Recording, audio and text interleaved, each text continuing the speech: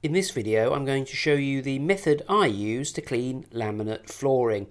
So you shouldn't really use a wet mop because over time, excessive moisture on laminate flooring, especially laminate flooring like this, that's got quite an obvious kind of ridge between the planks, water seeps in, your planks could expand and it'll be unsightly, and that's a load of hassle. If you've got a little gap somewhere, the water will find its way in and it will be a problem. So how should you actually clean laminate flooring? Should you just brush it? Well, actually, brushing is quite an important part of it. You can see if I get close to the floor here, there are sorts of odd lumps of dust and mess on the floor. To start with, I would either use a soft bristled brush to just kind of gently sweep around the room and get those things into a corner, or do what I'm going to do now, which is quickly use my hoover in the room.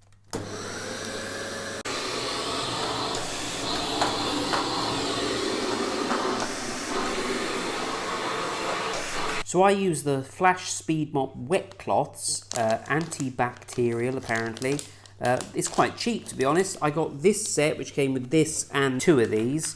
I'll put the link in the description down below in case you're interested. And then for about £4 or £5 you can get a great big box of these. Now it does say on the box you shouldn't use this on real wood floors.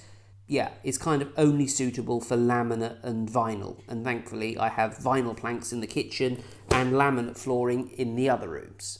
You know, as you'll have seen in that other room, over time you do just get a layer of dust on your laminate flooring, and because it's not carpet, there's a tendency, I think, to think that you don't need to clean it.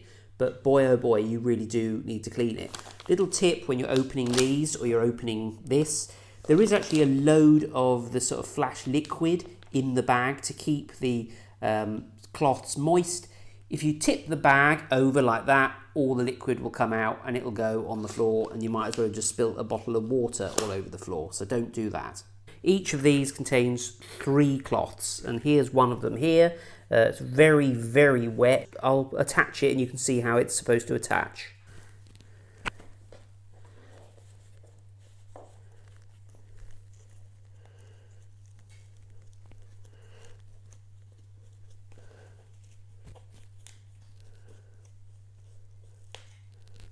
And then you just use it like a normal mop. So obviously they do have a finite lifespan. They dry, they're initially very wet.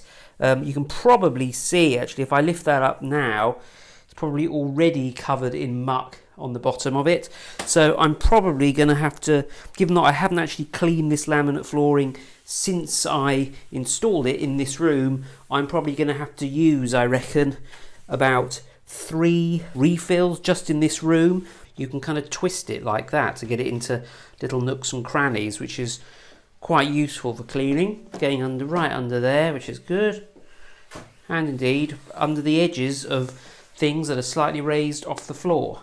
So this room is done. I did just use 1 in the end. I probably should have used 2 because, as you can see, this is absolutely filthy. It does capture little bits of kind of dust and dirt and stuff, but yeah, the big bits, I mean, there are a few big-ish bits on there, but the bigger bits you are better getting off with a proper dustpan and brush or something like that. The floor is still drying, but it's also got a really fresh lemony smell. I think this is the lemon scented one. I'm not so keen on the other scent that they do, but this is really nice, and it's just freshened this room up, and I know that there isn't all this dust on the floor now. And sort of 5 or 10 minutes later, you can see we've got this lovely streak-free, dust-free finish that isn't slippery at all. So I think that's a cheap, quick, effective way of cleaning your laminate flooring. If you've got another tip, please let me know down below, and I'll try it and see if it's any good. But for now, this suits me, and it's better than getting on my hands and knees with a wipe and doing it, or making the floor swell using a mop and bucket. Anyway, thanks to my loyal patrons who are scrolling down the screen now, especially George Foot, Magnanimous Meg, Jennifer Jones and Rob Van Eden, who are extremely generous patrons. I'll see you next time for another video.